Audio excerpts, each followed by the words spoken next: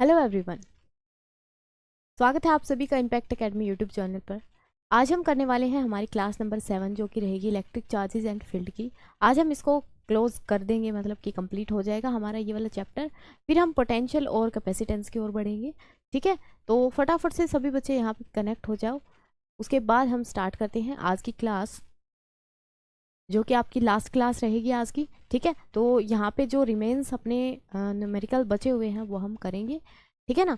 तो जैसे कि आप लोगों को पता है, यहाँ पे अपने जो पर चैप्टर या फिर आप कह सकते हो कि पर यूनिट हमारे क्वेश्चन जो है वो 70 to 80 प्लस न्यूमेरिकल ही रहते हैं। ठीक है, तो आपके लिए मतलब ज़रूरी है, यहाँ पे बेसिक चीज़ों से मैं स्टार्ट करती हूँ बहुत ही, और बेसिक के साथ ही हम चलते हैं। मतलब ऐसा नहीं कि आप अगर बीच में से क्लास ज्वाइन कर रहे हो तो आपको समझ में नहीं आए। ठीक है, ऐसा नहीं होगा, क्योंकि चीज़ें जो है लिंक करते हुए हम यहाँ पे पढ़ते हैं। ठीक है, तो एक किस तरीके से अप्रोच करना है किसी भी न्यूमेरिकल में, वो बहुत अच्छे तरीके से यहाँ पे हम सोल्व करते हैं उसको। ठीक है, तो you can join the class and आज का सेशन जो है ज्वाइन करो फटाफट से। फिर हम स्टार्ट करते हैं आज की हमारी क्लास को। चलिए जी, कनेक्ट हो जाओ फटाफट से सभी बच्चे।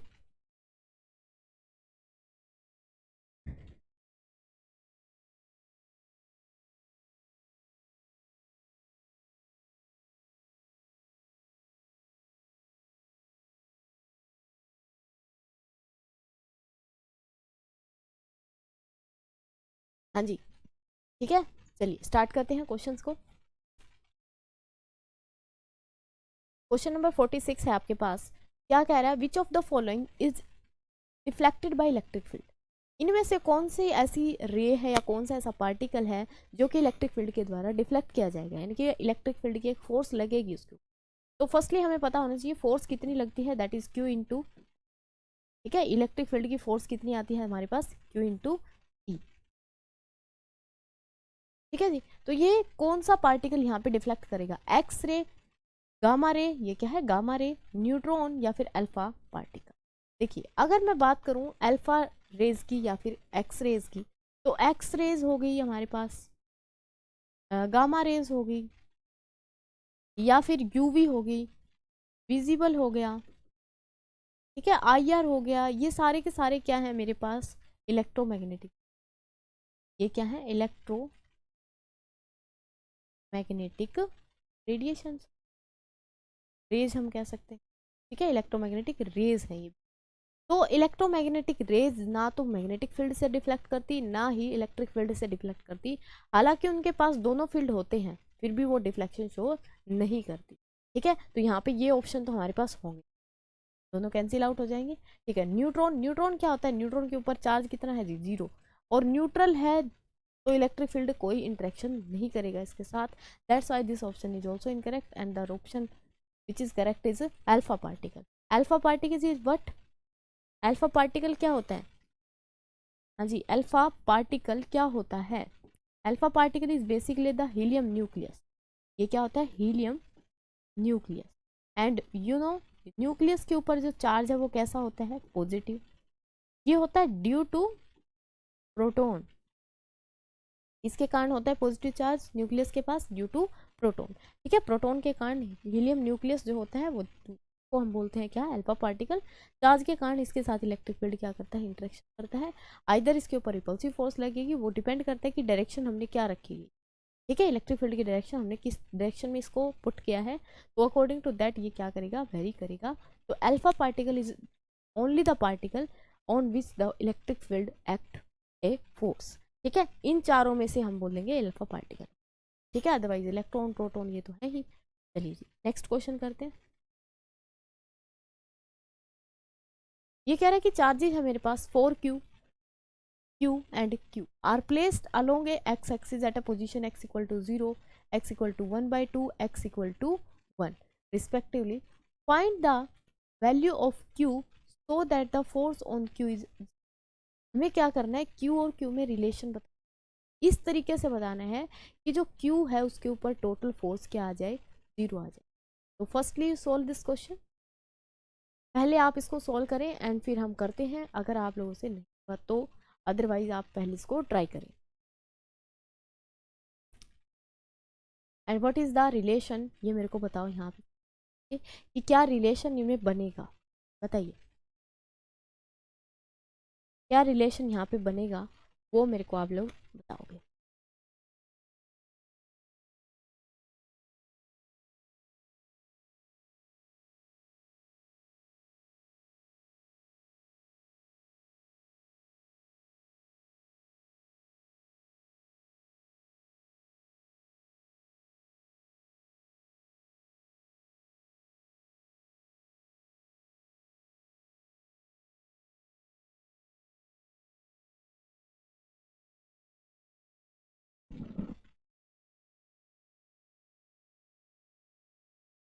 हाँ जी, कैसे सोल्व करेंगे इस क्वेश्चन को।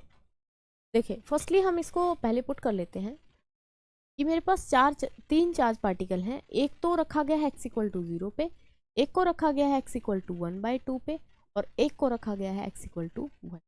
ठीक है, यहाँ से कह रहा है कि फर्स्ट चार्ज है 4q, कैपिटल Q और स्मॉल q, कैपिटल Q, यहाँ पे बीच में स्मॉल है और यहाँ पे क्या है ये q रखा। हमें इस तरीके से रिलेशन बताना है कि फोर्स जो है टोटल q के ऊपर कितने आ जाए, 0 पे 0 आ जाए। ठीक है, तो ये क्या है, मान लेते हैं q1 है, q2 है, q3। तो हमें कंडीशन क्या गिवन है, फोर्स ऑन q3 इज। तो हम क्या करें, फोर्स निकालें पहले 1 और 3 में, इसमें और इसमें फोर्स निकाल लें, फिर इसमें और इसमें फोर्स निकाल लें, इन दोनों की वजह से ही लगेगी इसके ऊपर फोर्स। ठीक है, फिर टोटल फोर्स का जो सम आएगा उसको हम पुट कर देंगे 0, बिकॉज ये कह रहा है कि टोटल फोर्स कितनी होनी चाहिए, 0 होनी चाहिए। चलिए कैसे करेंगे, 1 3 के बीच में आएगी k q1 q3 bye r 1 3। ठीक है, वैल्यू पुट करते हैं यहाँ पे k, q1 कितना होगा, q1 है जी 4q, q2 कितना, q3 कितना होगा, that is equal to q and divided by r1 r13। r13 का मतलब क्या होता है, 3 - 2, इसमें से ये माइनस कर देंगे तो इनके बीच में टोटल डिस्टेंस कितनी आ रही है, x इक्वल टू 1 ही आ रही है। 1 - 0 करेंगे यहाँ पे, आ जाएगा 1 - 0, दैट इज टोटल का स्क्वायर। तो ये कितनी आ जाएगी, 4 k 4q स्क्वायर, क्या आ जाएगी k 4q स्क्वायर, यही आएगी, सही है, यही बनेगी फोर्स। ठीक है जी, फर्स्ट इक्वेशन बोल देते हैं। फिर हम निकालते हैं 2 और 3 के बीच में फोर्स, ये आ जाएगी k q2 q3 by r23 का whole square. k as it is q2 कितना है, q है, कितना है q, and q3 is capital Q divided by इन दोनों के बीच में डिस्टेंस, तो क्या कितना होगा, 1 - 1/2, कितना होगा 1 - 1/2, दैट इज इक्वल टू 1 - 1/2 का होल स्क्वायर।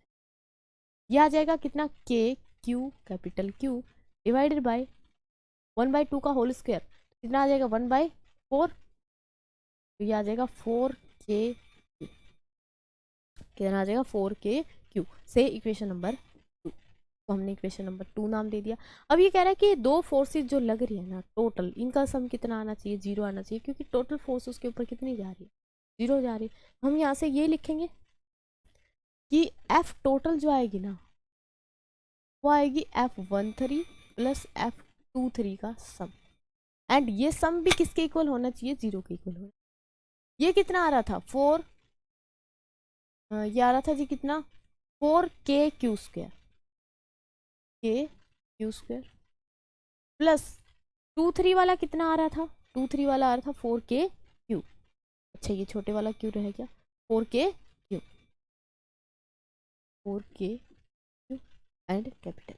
ठीक है, this must be equal to 0 के इक्वल होना चाहिए, 0 के इक्वल होना चाहिए, या इसको हम ऐसे भी लिख सकते हैं, यहाँ पे 0 ना देके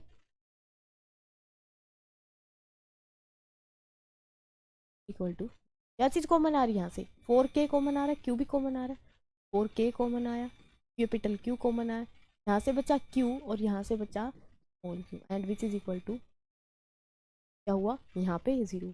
ठीक है, अब यहाँ पे दो चीज़ों की प्रोडक्ट 0 आ रही है, इसका मतलब क्या है, या तो ये 0 है या ये 0 है। अब यहाँ से 4 0 नहीं हो सकता, q भी 0 नहीं, k भी 0 नहीं हो सकता, k की वैल्यू भी फिक्स है, कितनी होती है, और q भी यहाँ पे क्या है, नॉन इक्वल टू 0 है, गिवन था क्वेश्चन में। तो this must be equal to 0, that is q plus q is equal to 0 and that's why we can say q is equal to, हमें कौन से q की वैल्यू बतानी थी, स्मॉल q की बतानी थी, इसकी बतानी थी, स्मॉल q की बतानी थी, तो small q is equal to minus q आ जाएगा। ठीक है, स्मॉल q क्या आया, कैपिटल Q का माइनस, तो कौन सा ऑप्शन यहाँ पे आपका करेक्ट रहेगा, that is equal to minus q/2 है ये। ठीक है, तो ये क्या आ जाएगा, अपना ऑप्शन है माइनस q के बराबर, कितना आ जाएगा, q के बराबर माइनस साइन। ठीक है, कैसे निकाला, समझ आ गया, समझ आ गया कैसे निकाला है, क्लियर। चलिए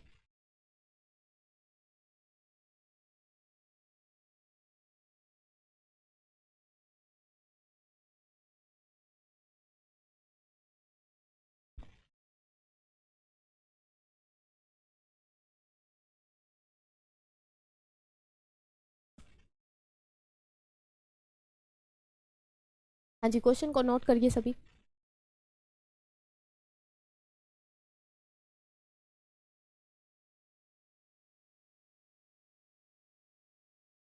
ठीक है, तो इस तरीके से रिलेशन निकाल सकते हो, अगर ये किसी ट्रायंगल की फॉर्म में भी दे सकता है, यहाँ पे आपको स्क्वायर की टर्म्स में भी दे सकता है, स्क्वायर की फॉर्म में दे देगा। इस तरीके से भी चार पार्टिकल है मेरे पास, चार चार्ज पार्टिकल है, एक को यहाँ पे रखा है, एक को यहाँ पे रखा है, एक को यहाँ पे एक बीच में रखा है, तो इन चारों की वजह से इसके ऊपर फोर्स लग रही है।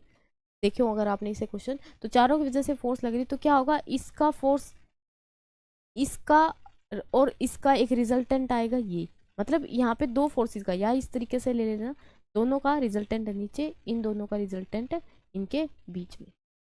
ठीक है, यानी कि हमें क्या करना होता है, दो फोर्सेस, जैसे बहुत सारी फोर्सेस अगर लग रही है, यहाँ पे दो ही थी अपने पास, ये तो दो हमने मैग्नीट्यूड वाइज निकाल दी। ठीक है, तो अगर मैग्नीट्यूड वाइज ना निकाले, बहुत सारी फोर्सेज आ जाए, जैसे स्क्वायर का केस होता है, तो उसमें हमें क्या करना है, डायरेक्शन देखनी होगी, डायरेक्शन देख के उनके बीच में एंगल भी देखना होगा, फिर हम वहाँ पे निकालेंगे। जैसे मैं ट्रायंगल वाला बता दी, तो ट्रायंगल वाले में मान लेते हैं कि ये मेरे पास एक इक्विलेटरल ट्रायंगल है, और यहाँ पे एक चार्ज पार्टिकल रखा है, Q1 मान लेते हैं, Q2 मान लेते हैं, Q3 मान, इसके ऊपर जो चार्ज के ऊपर फोर्स लग रही है, वो फोर्स आ रही है मेरी 0 के इक्वल, या 0 नहीं आ रही, वो बताओ कितनी फोर्स आएगी, यही पूछ ले कि कितनी फोर्स आएगी वो बताओ। तो कैसे निकालेंगे, यहाँ से हम यहाँ पे इनका फोर्स निकालेंगे। ठीक है, इनके बीच में जो फोर्स एक्ट कर रही है उसको निकालेंगे, ये आएगी, ये कौन सी फोर्स होगी, 1 की जो 2 द्वारा एक्ट की जा रही है। एंड सिमिलरली हम यहाँ पे एक फोर्स ये निकालेंगे, F1 के ऊपर जो 3 ने एक्ट कर रखी है। अब दो फोर्स इसी टर्म में थोड़ी ना हम आंसर देंगे, आंसर हमारा एक ही होगा, तो हमें क्या करना पड़ेगा, इसका रिजल्टेंट निकालना पड़ेगा। क्या करना पड़ेगा, इसका रिजल्टेंट निकालेंगे, तो रिजल्टेंट हमें बताएगा कि टोटल जो फोर्स आएगी वो कितनी। ठीक है, और रिजल्टेंट भी आपको फॉर्मूला यहाँ पे पता होना चाहिए, एफ, अगर हमारे पास दो फोर्सेज हैं मान लेते हैं, तो F1 square F2 square plus 2 F1 F2 cos of. ठीक है, तो ये हमारे पास क्या होना चाहिए, रिलेशन, मतलब इसका जो रिजल्टेंट है वो निकालने के लिए फॉर्मूला पता होना। ठीक है, क्लियर हुई यहाँ तक बात सभी को। ट्रायंगल का केस दे रखा है, या फिर ये स्क्वायर की टर्म्स में भी देख सकता है, स्क्वायर दे दिया या फिर रेक्टेंगल दे दिया, इस टाइप से पॉलीगन वो कोई भी दे सकता है। ठीक है ना, तो हमें रिजल्टेंट वहाँ पे निकालना आना चाहिए, और वो फॉर्मूला मैं आपको बता दूँ। ठीक है,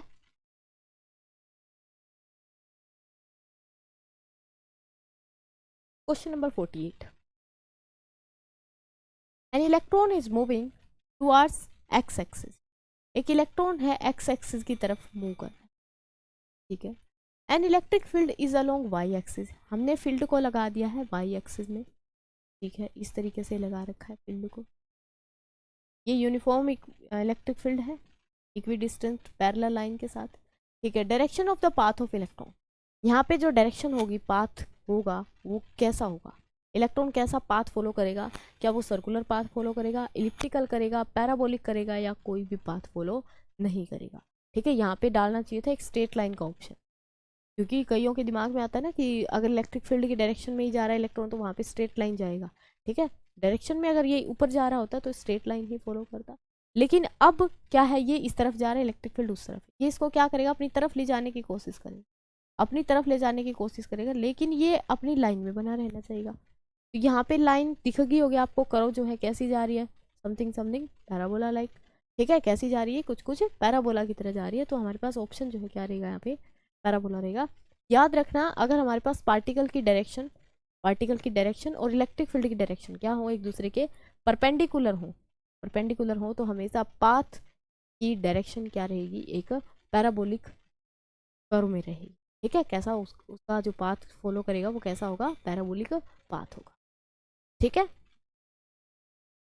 क्लियर है, यहाँ तक आई बात समझ में? ठीक है जी। और अगर स्ट्रेट पूछे तो स्ट्रेट जा रहा है, फिर कैसे बताओगे, उसी की डायरेक्शन में फील्ड यानी कि पैरेलल है with the direction of the electric charge की डायरेक्शन में फील्ड है तो वो स्ट्रेट लाइन जाता रहेगा। और अगर हमारे पास परपेंडिकुलर है तो पैराबोलिक होगा।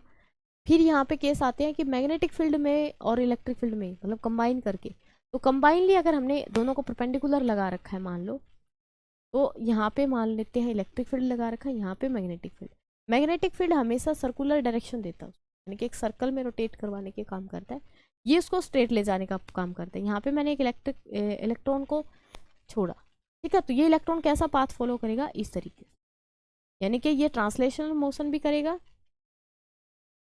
क्या होगा, ट्रांसलेशनल मोशन भी करेगा और साथ में रेक्टिलिनियर मोशन, सर्कुलर मोशन भी यहाँ पे होगा। तो ये इस तरीके का पाथ फॉलो करेगा और इस पाथ को क्या बोला जाता है, हेलिकल।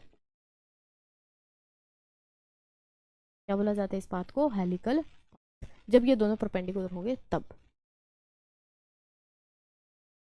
ठीक है, चलिए नेक्स्ट क्वेश्चन देखते हैं। नोट करिए इन दोनों पॉइंट्स को, फिर नेक्स्ट क्वेश्चन देखते हैं।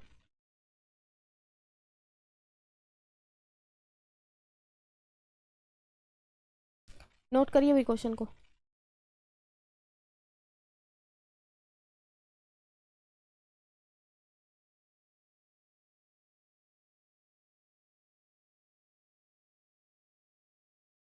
ठीक है, चलिए नेक्स्ट क्वेश्चन करते हैं। Question number 49। यहाँ पे डायमेंशन बताने हैं अपने को, किसके, परमिटिविटी, एप्सिलॉन नोट परमिटिविटी है और free space any is the electric field. तो हमें डायमेंशन बताना है 1/2 एप्सिलॉन नोट ई स्क्वायर। क्या बताना है, डायमेंशन बताइए। फर्स्ट यूनिट +1 क्लास, ठीक है, हम अच्छे से यहाँ पे भी न्यूमेरिकल पोर्शन उसका कंप्लीट कर चुके हैं। तो इसका डायमेंशन निकालिए आप लोग, डायमेंशन निकालिए इसका, आपके अकॉर्डिंग क्या आएगा। हाँ जी, और ये क्वेश्चन आप लोगों ने करना ही करना है क्योंकि डायमेंशन का क्वेश्चन है, इजी क्वेश्चन वी कैन से।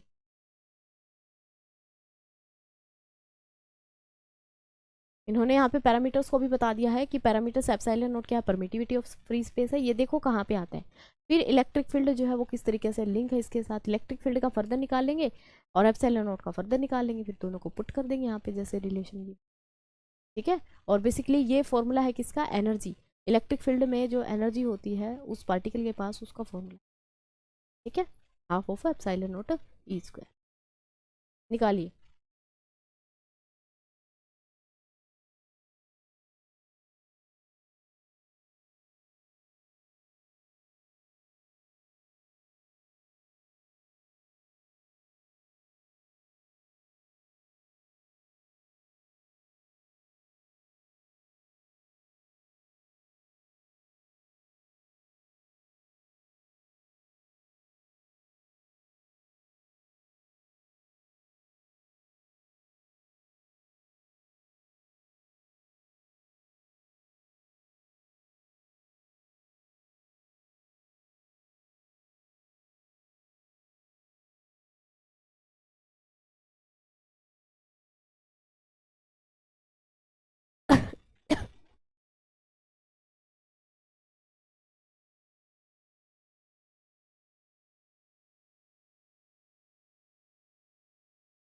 हाँ जी, निकल गया, निकला किसी का आंसर, क्या बनेगा डायमेंशन फॉर्मूला। चलिए देखते हैं क्वेश्चन को। सबसे पहले हम बात करते हैं किसकी, एप्सिलॉन नोट की। एप्सिलॉन नोट आपने कहाँ पे देखा है, कूलम्स लॉ में देखा है ओनली। ठीक है, वहाँ पे होता है फोर्स इज इक्वल टू के की वैल्यू ही रख देते हैं, 1/4 pi epsilon naught Q1 Q2 by R square. Epsilon naught को हमें निकालना है तो ये आ जाएगा 1/4 pi F Q1 Q2 by R square. हम क्या करना चाहते हैं, इसका डायमेंशन फाइंड आउट करना चाहते हैं। डायमेंशन किसका, एप्सिलॉन नॉट का डायमेंशन फाइंड आउट करना चाहते हो, है ना। तो यहाँ पे डायमेंशन रखेंगे, किसका रखेंगे, 1/4 पाई। 4 पाई कॉन्स्टेंट है, कोई डायमेंशन इसका नहीं होता। 1/f के लिए रखेंगे, f का क्या होता है 1m1l1t -2, 112 से याद रखते हैं उसको, ठीक है। फर्दर फिर यहाँ से q का देखेंगे, तो q क्या है, मेरे पास चार्ज है और चार्ज का होता है at। दूसरे चार्ज के लिए भी रखेंगे तो at and divided bye r², that is l, क्या हो जाएगा l, ठीक है। पुट कर दी सारी वैल्यूज। पुट करने के बाद हमें यहाँ पे कंबाइन करना है, m का कोई भी और नहीं दिख रहा तो m-1 होगा ऊपर जाके, ठीक है जी। l का 3 हो जाएगा और ऊपर जाएगा तो -3 हो जाएगा, ठीक है जी। t का हिसाब करो, यहाँ से t2 ऊपर जाएगा स्क्वायर, तो ऑलरेडी t है वहाँ पे, तो t पावर कितनी हो जाएगी 4, और a यहाँ से देखेंगे तो a यहाँ से ये हो जाएगा a2, कितना हो जाएगा a2 या a² वी कैन से, ठीक है। अब निकालते हैं किसके लिए, इलेक्ट्रिक फील्ड के लिए। इलेक्ट्रिक फील्ड की जो वैल्यू होती है, जो डेफिनेशन होती है, वो होती है force per unit charge, force per unit charge. तो फोर्स का रखो यहाँ पे m1l1t -2 डिवाइडेड बाय a, इसके लिए q के लिए रखेंगे क्या at, क्या रखेंगे at। यहाँ पे इसको सोल्व करो, क्या आ जाएगा m1l, l एक ही है तो l1t ऊपर जाएगा तो -3 और a ऊपर जाएगा तो -1। This is the dimension for electric field intensity. Electric field intensity का यही होगा। अब हम क्या करना है, इस रिलेशन में पुट करना है, रिलेशन में, यानी कि 1/2 का तो कोई डायमेंशन नहीं होगा, इन दोनों का मल्टीप्लाई करना है, इसका क्या करना पड़ेगा, स्क्वायर करना पड़ेगा। तो बताइए क्या बनेगा यहाँ से, देखिए हमें निकालना है dimension 1/2 epsilon not E square का। एप्सिलॉन नॉट का पुट करो, कितना आ जाएगा m-1 l -3 t4 a। इसका क्या करना है, ई का स्क्वायर करना है, स्क्वायर करना है तो इसका स्क्वायर कर दो, m कितना हो जाएगा, फिर स्क्वायर करेंगे तो 2l2 t -6 और a -2, स्क्वायर कर दिया, स्क्वायर कर दिया। जो जो पावर यहाँ पे सेम वेरिएबल की है उनको ऐड कर दो, क्या बनेगा m-1 है, m+2 है तो m1 बचेगा, ठीक है जी। l-3 है, l2 है, l-1 बचेगा, -1 बचेगा। यहाँ पे t पावर 4 है, t पावर -6 है, t पावर कितना बचेगा -2 बचेगा, ठीक है। यहाँ पे a पावर 2 है, यहाँ पे a पावर -2 है, तो ये तो कैंसिल आउट हो गया, यानी कि डायमेंशन बचा अपने पास m1l-1 t -2, m1l-1 t -2, that is your option C will be the correct option. C आपका क्या रहेगा यहाँ पे, करेक्ट ऑप्शन रहेगा। ओके, आ रहा है सभी का C, C ऑप्शन आ रहा है सभी का, ठीक है। चलिए नोट करोगे यहाँ से डायमेंशन सभी के,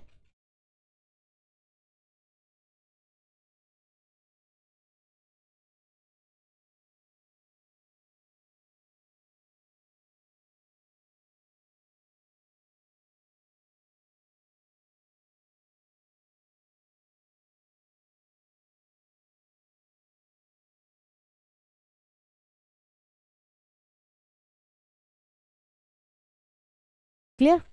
चलिए नेक्स्ट क्वेश्चन देखते हैं। Electric field intensity at a point in between two parallel sheet with like charges of same surface charge density।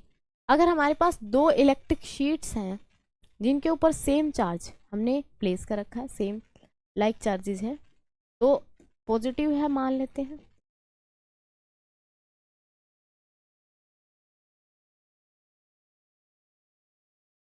ठीक है, पॉजिटिव चार्ज यहाँ पे प्लेस कर रखा है। तो ये क्या कह रहा है कि इन बिटवीन, हमें बताना है at a point in between the two parallel state electric field intensity कितनी होगी, इलेक्ट्रिक फील्ड इंटेंसिटी कितनी होगी। तो this is the application of goes law, flux जहाँ पे निकालते हैं हम, ठीक है। तो उसकी एक एप्लीकेशन है, जब पैरेलल शीट के बीच में, ये एक पैरेलल शीट होती है, उसकी वजह से हम इलेक्ट्रिक फील्ड निकालते हैं। तो वो कितना आता है, इलेक्ट्रिक फील्ड आता है जी σ/2 एप्सिलॉन, कितना आता है σ/2 एप्सिलॉन नॉट। यहाँ पे भी कितना आएगा, σ/2 एप्सिलॉन नॉट आएगा, एक की वजह से एक्सप्रेशन निकालते हो वहाँ पे, ठीक है, थर्ड एप्लीकेशन एंड फोर्थ फिर ये इस तरीके से हमारे पास रीजन में निकालते हैं, हम तीनों रीजन बनते हैं वहाँ पे। ठीक है, चलिए तो यहाँ पे हमें क्या बताना है कि देखो इस पोर्शन में अगर देखेंगे तो इलेक्ट्रिक फील्ड इंटेंसिटी क्या होगी, away from the positive charge. Electric field lines क्या होती है, पॉजिटिव से अवे होती हैं। इसका मतलब डायरेक्शन ये होगी, मैग्नीट्यूड ये देख लिया हमने, डायरेक्शन इस तरफ होगी। इसकी भी अगर देखेंगे तो डायरेक्शन कहाँ होगी, इसकी तरफ होगी। दोनों के दोनों इक्वल मैग्नीट्यूड के साथ अपोजिट डायरेक्शन में है, तो क्या कर देंगे, एक दूसरे को कैंसिल आउट कर देंगे। Hence in the medium, in the mid, इन दोनों के बिटवीन अगर देखेंगे तो हमारे पास इलेक्ट्रिक फील्ड इंटेंसिटी क्या मिलेगी, 0 मिलेगी। कितनी मिलेगी, 0। That is your option C क्या रहेगा, करेक्ट रहेगा। ठीक है, समझ में आया 0 कैसे मिलेगी। मैग्नीट्यूड देखें तो इतना इतना आ रहा है, अगर ये डिफरेंट चार्जेस होते तो एक डायरेक्शन में आ जाता तो ऐड ऑन हो जाता, सिग्मा बाई एप्सिलॉन नॉट हो जाता अगर ये डिफरेंट चार्जेस होते। लेकिन सेम चार्जेस है, इसकी भी डायरेक्शन उस तरफ है, इसकी डायरेक्शन इस तरफ है, तो दोनों एक दूसरे को डायरेक्शनली क्या कर रहे हैं, कैंसिल आउट कर। ठीक है, आई बात इतनी समझ में, क्या कर रहे हैं, दोनों डायरेक्शनली एक दूसरे को कट कर रही है। ठीक है, दैट्स वाई हमारे पास इलेक्ट्रिक फील्ड इंटेंसिटी यहाँ पे देखेंगे 0 आएगी, यहाँ पे देखेंगे तो क्या इसकी वजह से भी ये आ रही है, इसकी वजह से भी ये आएगी, तो सिग्मा बाय एप्सिलॉन नॉट होगी, ऐड हो जाएगी दोनों। और इस तरफ भी देखेंगे तो सिग्मा बाय एप्सिलॉन नॉट होगी, दैट इज ऐड हो जाएगी दोनों। ठीक है, बीच में क्या रहेगी, 0 रहेगी। बात आई समझ में यहाँ तक, बात आई समझ में यहाँ तक सभी को। ठीक है, चलिए ओके जी, तो ये चैप्टर हमारा यहाँ पे कंप्लीट होता है। ठीक है, तो नेक्स्ट जो है हम मतलब फर्दर फिर नेक्स्ट क्लास से ही स्टार्ट करेंगे, न्यू क्लास हमारी रहेगी जिसमें हम करेंगे पोटेंशियल और कैपेसिटेंस की। ठीक है, तो thank you so much for watching the video, मिलते हैं नेक्स्ट क्लास में। ठीक है, तब तक के लिए अपना ध्यान रखें, पढ़ते रहें।